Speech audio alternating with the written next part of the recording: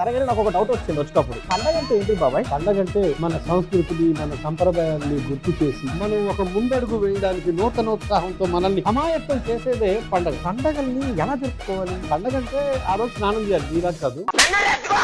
Double decker biryani.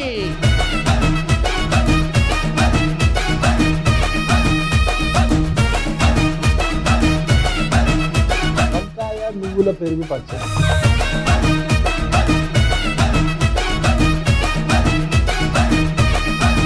బాబాయి hotel సోమవారం నుండి బుధవారం వరకు ఉదయం 11:45 తిరిగి రాత్రి 7 గంటలకు. చూస్తూ ఉండండి మీ ఈటీవీ అభిరుచి ఛానల్లో.